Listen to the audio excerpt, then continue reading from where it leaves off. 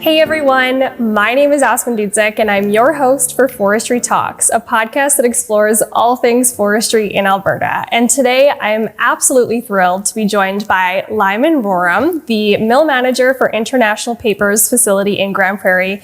Lyman, how are you doing this afternoon? Great. Oh my gosh, the time is escaping me. I'm really excited to have you. I think every time that I'm able to bring on one of our members onto the show, we get to humanize the industry a little bit. We get to show other people, some of the great individuals that work in the forest sector that I've had the pleasure of meeting. And so I'm really excited to hear a little bit about you and your work and share that with the listeners of the show. All right on, Aspen. Thanks for having me. Yeah. So, Lyman, tell me a little bit about your job, your career, your history with International Paper. What's all that look like? Sure. So I've actually worked at this location for 32 years and some change. I went, obviously, like other folks, especially in Grand Prairie, back in the late 80s, 90s, you had to go away to go to university. So I went away, never to come back to Grand Prairie. My wife is also from this area. And the first thing when we graduated from university, we had the opportunity. So we actually did come back. I was recruited by Procter & Gamble at the time, owned this facility. And I came back to work for them. My background is I have a degree in business and I'm a CPA, which is a little bit unusual for the type of job that I do now, although I think it fits very well just from a business standpoint of how a large operation like this runs. So we came back to Grand Prairie and we've been here, for that entire duration of time. And in that time, I've been lucky to have a lot of different jobs. Because we wanted to stay in Grand Prairie, I could stay in the financial sector if I chose to, but lots of different opportunities in this facility. So I've done everything from being the maintenance manager, the engineering manager, production manager, wood processing manager. I've done a lot of different roles in this facility, none of which I ever would have expected to do when I graduated from university. So it's been a great run for me. And then just in the last year, I've been promoted to be the mill manager. I have had the opportunity to do it at points in time during my career as folks have come and gone. And just because of my tenure and experience, I've been allowed to do that. But now it's a permanent role, which I'm really excited to continue to do. So that's really neat. I really love being at this facility. And obviously, I love living in this Grand Prairie region. Yeah, no doubt. And a very storied career, which I'm excited to dig a little bit more into. But so you were born and raised in Grand Prairie, is that correct? Yeah. And that's another thing that's a little bit unusual. I take a lot of pride in this, actually. I'm the first in the 50-year history of this mill. I'm the first mill manager ever to be born and raised in this area. So that's kind of that. I take a lot of pride in that because, again, my family's been here for over 100 years, and my wife's family has been. So, and I know a lot of my colleagues and even people in the community kind of appreciate that the leader of the organization here has pretty deep roots in the local area. Yeah, absolutely. That's really special. And so with with all of your time, growing up in the Grand Prairie area, you would have had probably some exposure to the forest community before you started working with IP, or maybe some understanding about the mill? Well, it's funny, as a little boy, you don't recognize anything from one other. But a funny thing is, my neighbors, they actually ran the food confectionery here. And when I was like 12 years old, they took me down here to help load vending machines just to keep two little boys busy. And that was my first time I'd ever been here, which was, kind of a neat little coincidence. To load vending machines at the mill? Yeah. That's amazing. That's very cool. What do you remember about growing up in a forestry community? Did that have any impact on your childhood? Well, it did from a couple of different reasons. Like Grand Prairie was a pretty small farming community, 10,000 people. I think at one time, the city of Dawson Creek was actually larger than Grand Prairie. And then when the pulp mill was built, Grand Prairie just expanded tremendously. So we're pretty lucky in this region. We have big farm industry, big oil and gas, and forestry is also very big. And so Grand Prairie through my lifetime has just continued to grow and grow and grow. And even when there's a little bit of economic recession in the area or globally, you generally don't feel as hard here as you would other places, just because of the nature of all the industry that we have in this area. Mm-hmm. Yeah, very diversified part of Alberta, absolutely. For sure. Yeah, great. Well, Lyman, I'm curious, can you tell me a little bit about International Paper for those that don't know about the company, don't know about the mill that you run? What's happening there? What products are you making? Sure. So I'll give you just another little brief history. So as I mentioned before, we originally built by Procter & Gamble, sold in about 1991 to another big forest products company, Weyerhaeuser, who they still maintain the forest lands, which we purchase a lot of our logs from locally. And so we still have a pretty close tie as well. They have a sawmill that's right adjacent to us. And then in 2016, we were purchased by International Paper.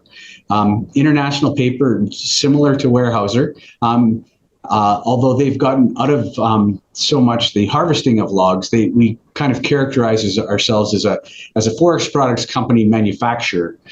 So we focus primarily on the manufacturing side versus harvesting of the wood. So we purchase our product mostly from people like Weyerhaeuser, local sawmills, etc. Mm-hmm.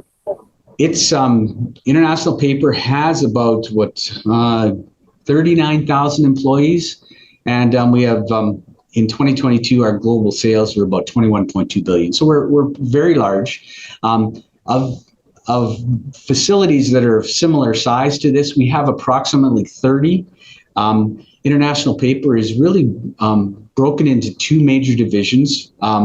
One is what we call GCF, Global Cellulose Fiber, and the other is in the production of containerboard packaging. And so containerboard packaging is just essentially boxing or anything that products come in. So International Paper is a significant player in that industry. And you can see like companies like Amazon, a lot of the boxes and products that are made and shipped nowadays, that has just become a real growth industry. So that's about 85% of the size of our company. And then in GCF that we're in, we're about 15%. And so we make products, things like tissue and towel, different other products that consumers would use paper products for.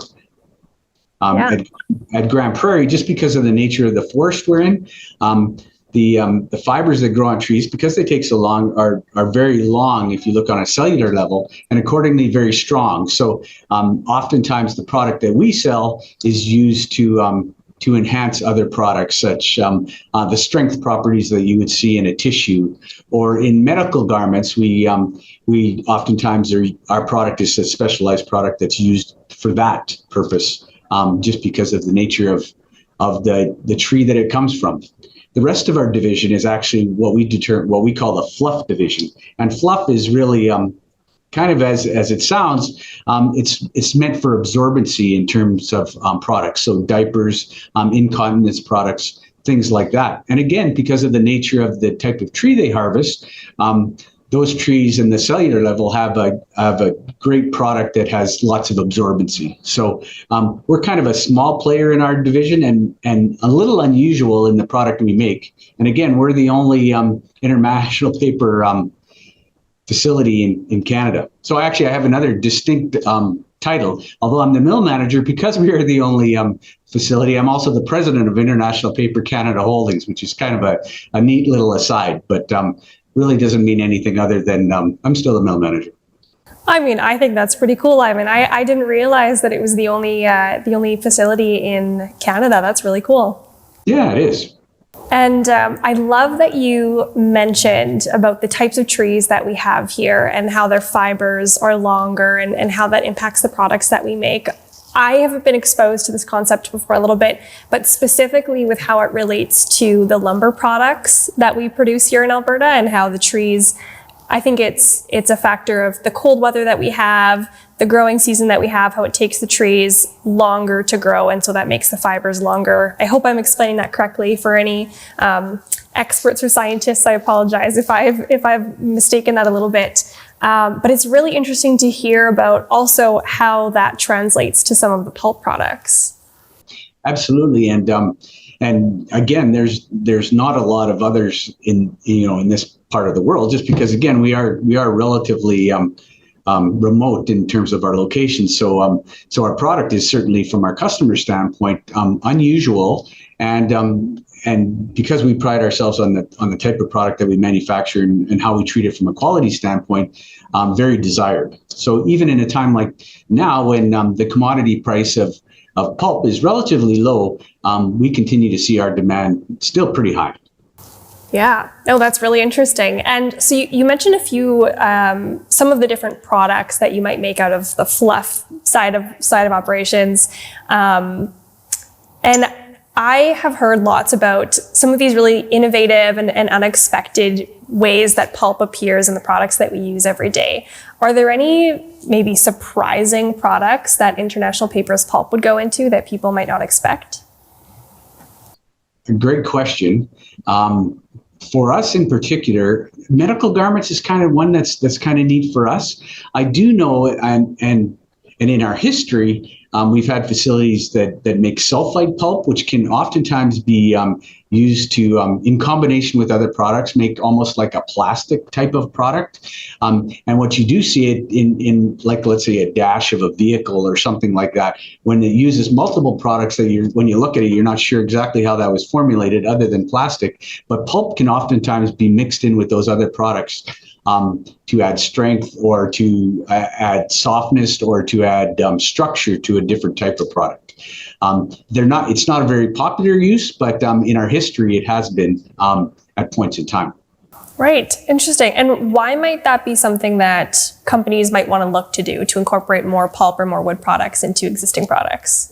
Well, it's a sustainable product, so that's part of it. And even from a recycle standpoint, you can recycle fiber to be used in those other functions versus using plastics or other products that don't have the ability to break down in nature for a very long period of time. So part of it is it's a good, renewable, sustainable product that you could just continue to use and continue to recycle if you chose to, and use it in the correct manner. Yeah, fair enough. That sounds great to me. Right on. Yeah. I'm wondering, could you tell me a little bit about what sustainability means or looks like to you in your job with International Paper's Grand Prairie facility? Well, great question. Sustainability is really our ability to maintain the environment that we work within. Mm-hmm. For us in particular, well, I'm gonna pick on myself, for instance. I was born and raised here, and I have children that will continue to live here. So I need to make sure that we leave things the way it was when we originally came. So Procter & Gamble, Weyerhaeuser, and International Paper, all three of those companies focus on having a sustained forest that we can use. So we only use forest product or forest practices that can maintain the forest over the long series, forever essentially. And we term that as sustainability from a use standpoint, and that's there for a couple of reasons. Is we want to be economically viable, so we don't want to use up our raw material in short order. But secondly, it's just the right thing to do to maintain the forest in its original manner, for it to be shared by all forever and ever. The same goes for other uses, like pulp mill is oftentimes a big water user, and so when we take the water out of the river, then it's important for us to treat it, put it back into the river in as good a condition as we can from what we've taken it out of the river. And so sustaining just the environment around us. We're the same people that live in the areas that we do our work, so it's important. Yeah, absolutely. And I think that's such an important message, that you are the same people that live in that community, and you want to make sure that it's well taken care of. And so you're going to make sure that you're taking great care in all of those decisions. You bet. Yeah. Lyman, you mentioned a little bit earlier about the relationship that your facility still has with Weyerhaeuser, and I know there are a few other mills in the Grand Prairie area as well. We talk a lot about how the forest sector is so integrated, and I'm wondering if you can maybe touch on that a little bit, and the relationship that your mill might have with some of the others in the area. Oh, sure. Well, Well, very simply stated. So I worked for Weyerhaeuser, which is our next door neighbor, for 25 years. So obviously I have a close tie to those folks, both, and they're the same people that are in the community we live in. So, and we also have a Canfor sawmill, which is local in town as well. So again, we know all those same people. We socialize with that same group of people. So there is that relationship. But again, we are, as a pulp mill, we are wholly dependent on the residual fiber from those other facilities. So we need to maintain a strong relationship with them, and they need to maintain a strong relationship with us so that we can use all of the different aspects of the tree and not let any of it go to waste. So they take it for their solid wood use for making dimensional lumber. They then take whatever's left and they chip it and sell that to us. And we also often will take the any other residual, like the bark and any other products that otherwise would have been thrown away, and we burn that in our boilers, which allows us to create steam, which allows us to create power, which we use here within the mill itself. But at Grand Prairie, we actually sell power back to the grid as well, which makes that sustainable. So every aspect of the tree is used in order to make either the product we sell or help maintain the facility to be economically viable. A pulp mill really needs to recycle every single thing that goes into it. The water, because it's valuable. The energy that we put into steam is important because we reuse that, and people may not know that. So we'll create steam. We may use that to power our generators.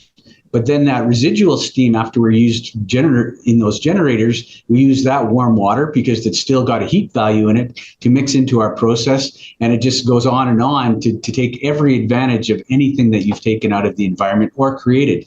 And so it really is important to be economically viable, to have that amount of recycle, not just in the product you make, but in every single thing that you use. And the sawmills and even the OSB mills locally help us manage and contribute to that whole economy of how we accomplish that.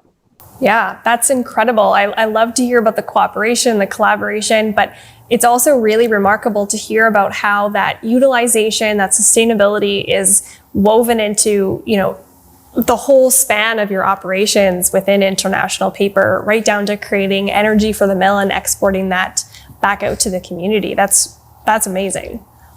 Absolutely. And you know what? We take pride in doing that because, again, to your point about sustainability, International Paper has some very simple principles. We don't affect the environment. We make sure that we maintain and keep our people safe. And then sustainability goes along with both of those previous principles. Mm-hmm. Yeah, great. And speaking of sustainability, I would be remiss if I didn't ask about the big milestone that International Paper celebrated this year. Could you tell me a little bit about that?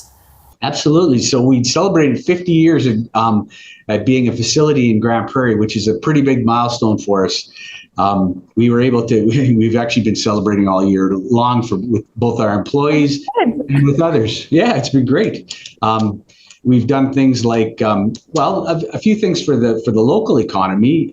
We donated a tree grove both to the county and to the city of Grand Prairie to be located in some very specific places that folks can enjoy.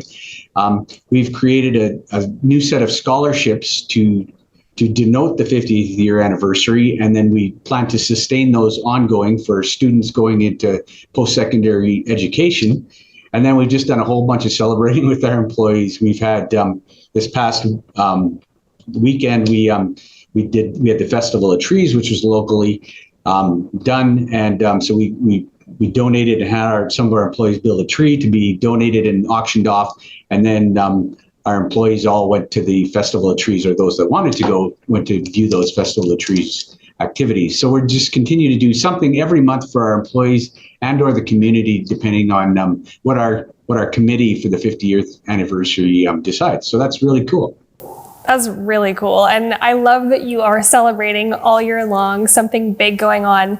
every single month. I can't wait to hear what's going to happen in December. And, of course, we at the Alberta Forest Products Association certainly know International Paper to be a great partner of the community. We're always keeping an eye out for the latest donation or the latest community engagement or activity. And I think you have built a really strong reputation within the Grand Prairie community for that. So, that's really wonderful to see.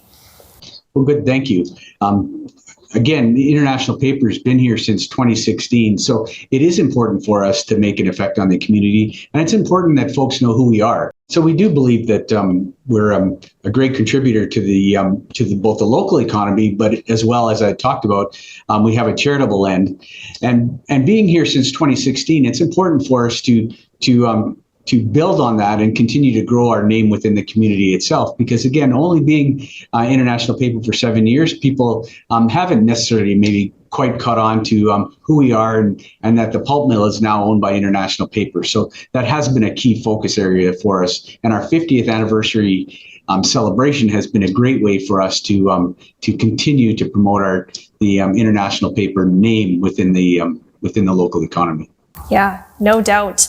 And, 50 years in a community, 31 years, I think you said, for yourself working within it. 32, I know, it's a long time. Oh my goodness. So what I love about this, Lyman, and what I love about you being able to join me for this conversation, who better to share with me a little bit about some of the changes that you've observed, how things have grown. We have such a culture of continuous improvement within the forest industry. I would love to hear from your perspective, through all of your different jobs within that facility, from the view that you have now of the organization. What have been some of the big changes over the last 32 years of your career and 50 years of the mill in Grand Prairie? Sure. Well, a couple of them, obviously technology. When I first came to join the Grand Prairie facility, we probably had over 1,000 employees. And simply technology has allowed us to reduce our numbers from that a little bit, just because of the improvements locally. And again, I say that, but even with our current numbers, with such a strong economy, it is still somewhat difficult to get good qualified people to come to work for us. But probably the largest thing I've seen change over the last number of years are probably a couple. While technology has been the single largest, we've spent and reinvested a lot of money in the facility. Again, it was built in 1972. It does not look like a facility that was built in 1972. We built a brand new recovery boiler years ago, new evaporator set, our head box on our machine is new. And just because of the change and the differences in requirements, and as we learn about better things you can do for sustainability and to protect the environment, the technology in which we manufacture the product has also improved greatly. Anyone will remember that the old pulp mill smell within, when you go through any pulp mill town, how strong it could be. But again, most pulp mills have got the technology now and have managed to help manage that overall odor. And then all the rest of the technology that goes in terms of making us an environmentally friendly and sustainable and renewable kind of facility. And so that's probably the single largest one, is the technology. Probably in the last 10 years, the other big one that I've seen is just the change in our overall employment of people. Because we were built in 72, probably beginning about 10 years ago, we saw a significant number of people retire. And so our workforce has basically changed over to a whole newer, younger workforce, which is different. Truly different from what I was used to, and our folks are just different than what you would expect. Not any less skilled, probably a little bit less experienced, because a whole bunch of us have been around a long time. But certainly, I wouldn't say that any difference in terms of the quality of people, but just a different type of people that you work with now. And again, as I get older, because again, I have been here 32 years, it's just refreshing to deal with a whole new younger workforce that is excited to be here. Mm-hmm. And new perspectives always, help shape and advance the workplace for sure. Absolutely. The one thing, international paper, and this is a global function, as part of our long-term vision, we're trying to increase the amount of females in our workforce too.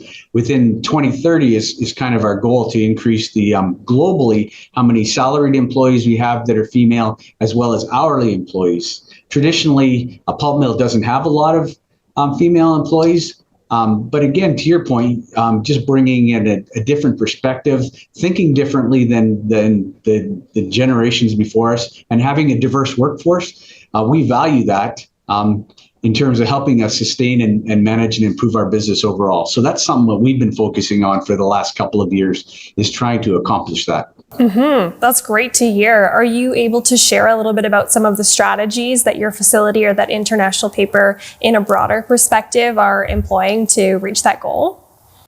Absolutely. So our HR manager, she's looking at various programs and they already exist in Grand Prairie. It's funny, I was driving to work this morning and there was a commercial about it, and it's just helping females get into the trades industry. And it's something that's been advertised. So we're trying to get in and get involved in that to help sponsor some of those folks, that they'll join the trades. Because again, on the trade side, it's generally much more male population than female population.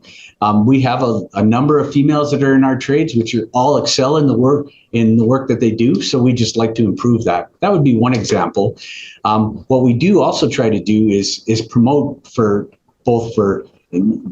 regardless of gender, people who are from Grand Prairie. What you find is somebody like me, if I'm from here, I'm more apt to come back here, stay here, and work. So we try to rate it even into high school, talk to kids about getting into either the trades or post-secondary school that's consistent with coming to work for us. We hire summer students even after their first year of university to try to get them exposure to us, so that when they graduate, they think about coming back to Grand Prairie, where they're originally from, and continuing their careers with us. I mean, so that's another thing that we're kind of focused on and trying to improve our overall, not only enrollment, but it helps with diversity as well. Mm-hmm. Yeah, absolutely. What would you share to a student or even just, anyone that's looking to consider a career at your facility? Well, I think first of all, figure out what you truly want to do. Mm-hmm. What would you like to do for a career? And that doesn't have to be the same, because again, my career has changed many times over the course of what I've done. Oftentimes what we don't want to do, and that's the advantage of bringing in summer students, is they get a taste of what it's like to work here, and even get a taste within the career that you're training. Oftentimes it's engineers, but it can be tradespeople, etc. We've had the same sort of programs exist, or power engineers, etc. Come in and work for us, no risk, while you're working for the summer. And then it gives you a good feeling for if that's truly what you want to pursue. And if it is, great, we will continue on with that relationship and build it. But if it's not, that's okay too.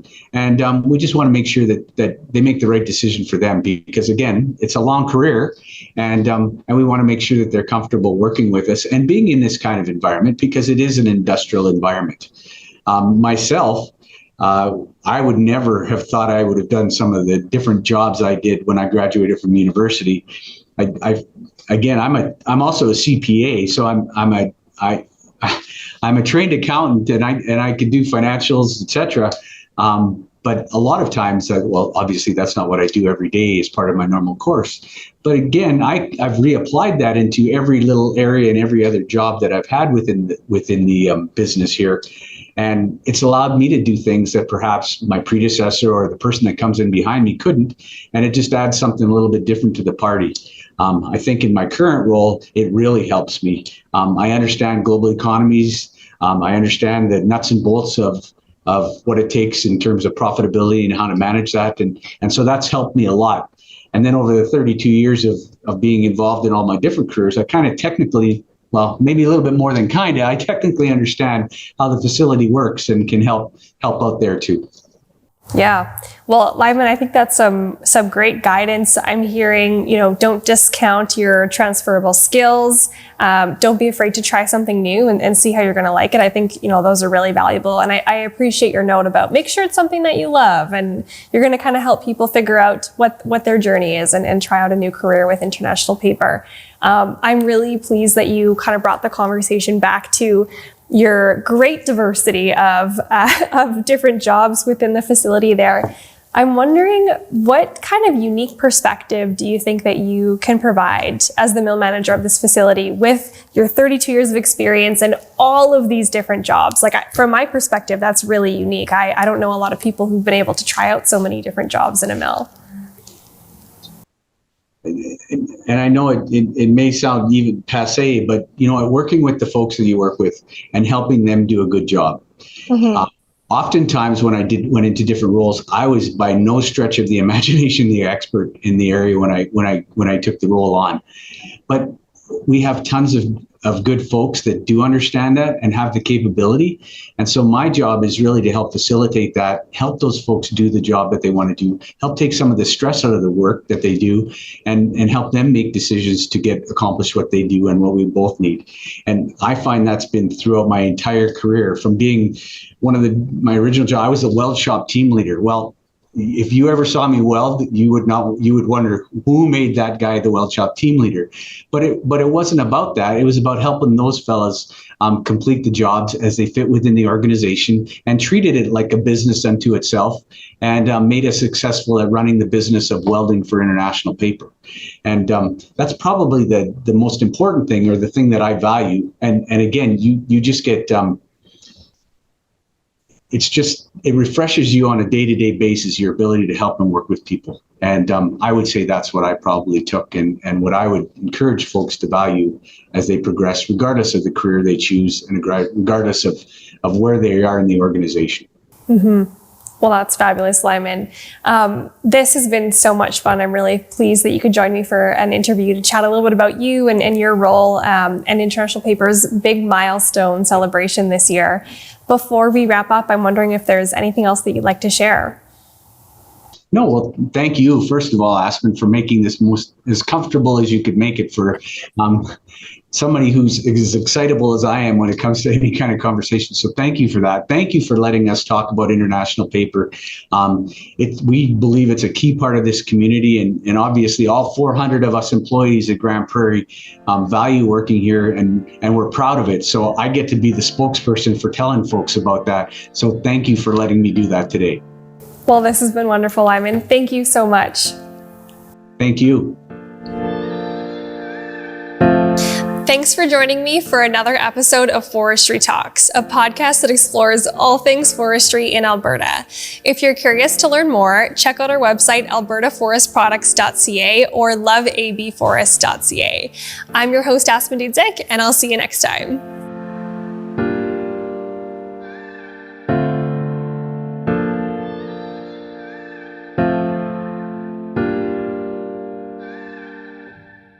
This series is proudly produced by the team at Road 55. Road 55 creates content that connects. For more information, check our website, www.road55.ca.